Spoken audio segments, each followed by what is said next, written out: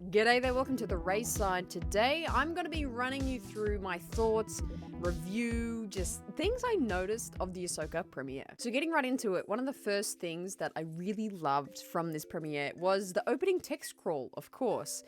I like this because, one, we haven't really had, seen this style, like what it did in Star Wars yet, but I really liked it. I really vibe with it. I hope we didn't get it at the start of the second episode, so I don't know if it's going to be the whole way through. It might have been just for that first episode. Heading into the first scene, I think it just hit the head so well with the Star Wars-esque opening, jumping into like a space battle that we don't know the context too much about. New Hope, this is quite apparent and very iconic, but also I found that this opening sequence of a battle scene and a in-space battle scene was very Phantom Menace. Even the way that Baylan and Shin walked onto the ship, they've got their hoods up, just the framing of the shot I thought was so Phantom Menace, so Qui-Gon and Obi-Wan, which I loved. Being Phantom Menace is like my favorite Star Wars movie. Next thing I really loved was Ahsoka's, we saw this in the trailer, but Ahsoka's spin slice move that she does, where she throws the sabers into the ground, spins them around in a circle so she can fall down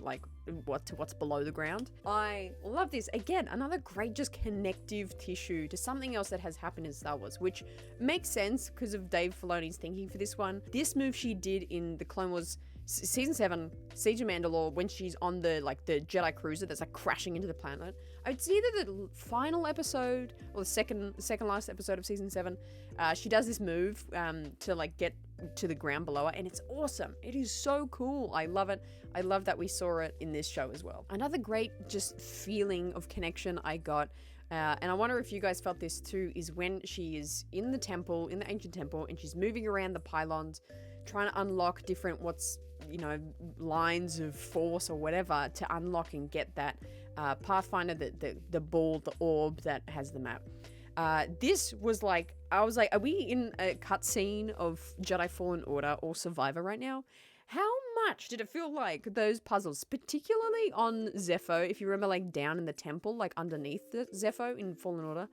We did so many of these puzzles where you have to move one thing and shift one thing, and then that'll move the room and then unlock this other area. It felt so much like that, which I love. And those games were really popular, so I think a lot of people will hopefully make that connection, because I definitely did. I was like, this is a cutscene of Jedi Fallen Order. One little piece of dialogue that I loved was between Ahsoka and Huyang, where they were talking about how she got the orb, and he was saying, how did you get it? And then asks, how did Morgan Elsbeth tell you where to find it? And she comes back with the line of, let's just say I didn't follow Jedi protocol or standard Jedi protocol, with something along roughly that, which to me sounds a little bit like she had to get that information from Morgan Elsbeth, and she's saying she didn't use general protocol. I wonder if she used force abilities and force powers to read her mind and make her speak. We saw this a little bit in Clone Wars. They did this, they tried to do it to Cad Bane. Of course, the mind control is iconic, Jedi power. But I love that. It's establishing that, she isn't a classic Jedi. She doesn't follow protocol, and obviously that's very apparent being Anakin's Padawan. That was very much a theme running through Clone Wars. It's we don't do things by the book. So this kind of just little note of she isn't doing things by the book, I love. I think that really characterizes her really well. One thing I found really interesting later on is when Hera and Ahsoka are talking about the map, and Ahsoka's like, this can lead us to Thrawn, this can lead us to Ezra. And Hera's response to that is that Thrawn's dead, and subsequently she believes Ezra's dead. I actually didn't have that belief. I didn't think that Hera would think that. So that was really interesting, that she really does believe that they died that day and there's no chance of getting them back, which makes sense. Hera's very pragmatic and does things, very literally. So I guess it makes sense that she doesn't believe they're alive, but I just didn't pick that. But very interesting, and I think obviously that's going to make for a good story when they hopefully find them. Of course, I got to mention Clancy Brown coming back for Ryder Azadi, one of the most classic Rebels characters of For Lothal. He was so great, and Clancy's done so much for Star Wars. He was Savage Opress. He was someone else that I'm forgetting. I should have put it in the notes. But I love that he came back as Ryder. And I mean, the dude looks exactly like Ryder. So it was like, oh yeah, that's that character. Through this show, I think Dave Filoni is probably going to do this a lot. There's going to be these random side characters that we would have seen for like a handful of episodes in Clone Wars or Rebels that's going to show up in live action, which I just love. I love that fact. The other confirmation we had is that Morgan Elsbeth is a Night Sister. Very fascinating. She doesn't look like a classic Night Sister, but she is one.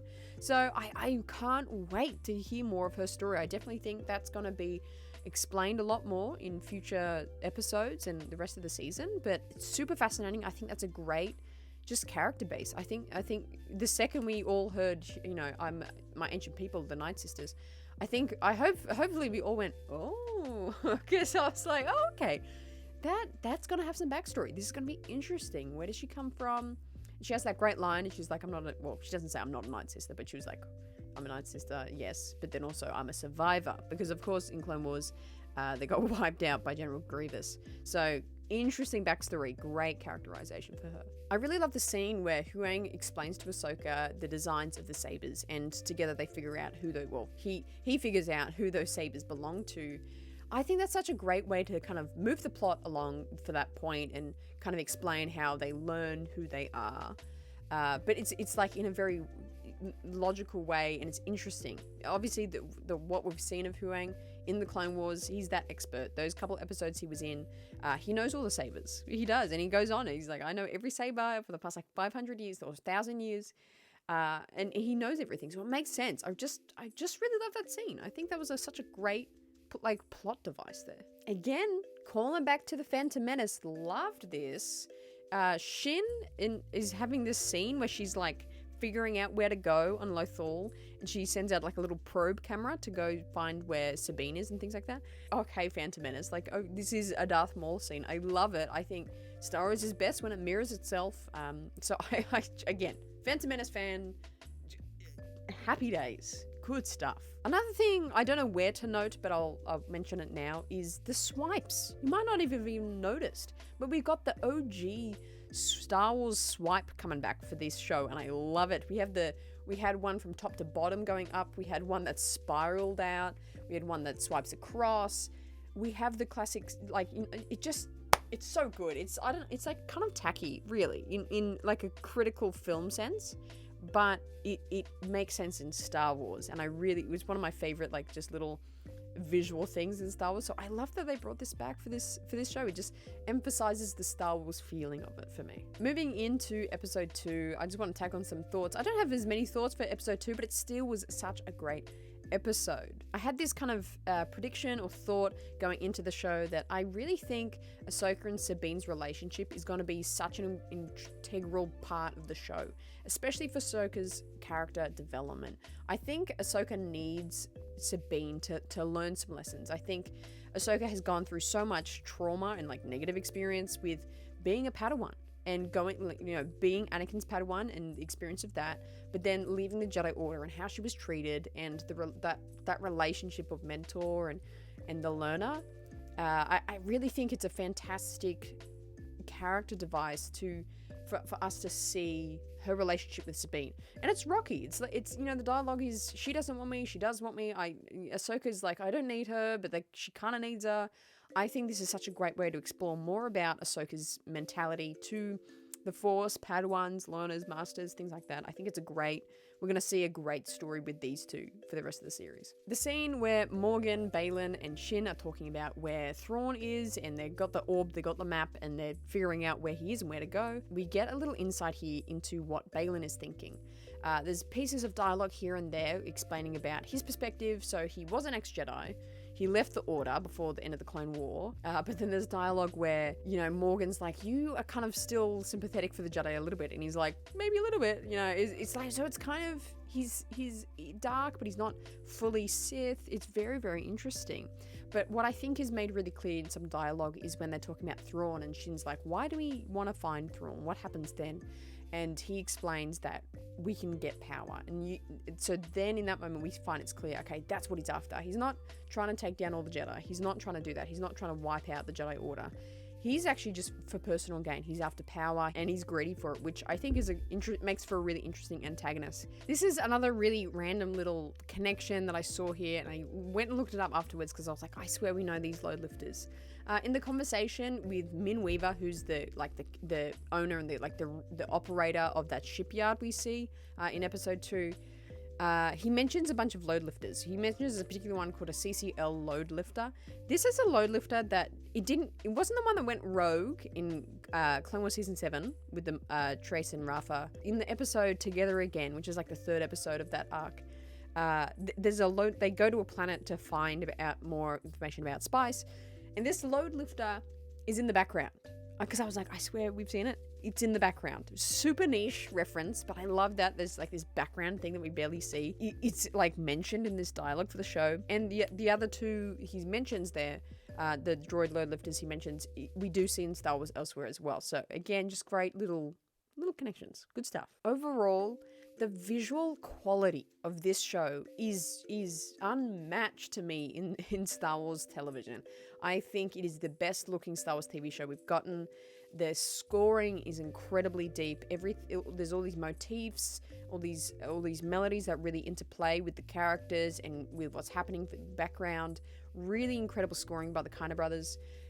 We have, the sets. Like, I'm sure they would have used the volume for some of these scenes, but there hasn't been a single scene. I've watched it 3 times, both episodes 3 times. I haven't picked up a single scene where I'm like, that was filmed in the volume. Just the expansiveness of the visuals I'm so impressed by. There's the scenes where we're flying into a port or into a ship. It feels so large and real, which I'm just loving. So immersed. It felt like a movie. Almost on like a Rogue One level for me. Everything came together so well. It was very, very cohesive. The dialogue writing was really clean, very specific, very purposeful. There was no real kind of fat to cut off anywhere. I thought everything was well done. Even the pacing. I've seen a couple people say it was a bit slow, but it's like, I didn't find it slow at all. I think we went to like 10 different destinations in that hour and a half, which was awesome. And we did something like productive every scene we were in. So I really don't have a lot of negatives. I wouldn't call it a negative. I do think it is. I had to get used to the look of live action of Ahsoka and Hera and Sabine. I'm not saying that in a bad way, but it's like, okay, like I know these so well in animation. These are the live actions. So I kind of had that thought at the start, but honestly, by the end of the hour and a half, I was like, oh, that's Hera, that's Sabine, that is Ahsoka. I was so confident and very comfortable with how they looked, but I did get a bit of getting used to the look of those characters. Comment down below your kind of summary and your takes of what you thought of these first premiere episodes 1 and 2. I would love to know. Make sure you click the link up there to check out my reaction, and make sure you check out there. I don't know if that, am I going to relive the countdown and watch Untitled live. It was so fun with so many of you there. I really appreciate you.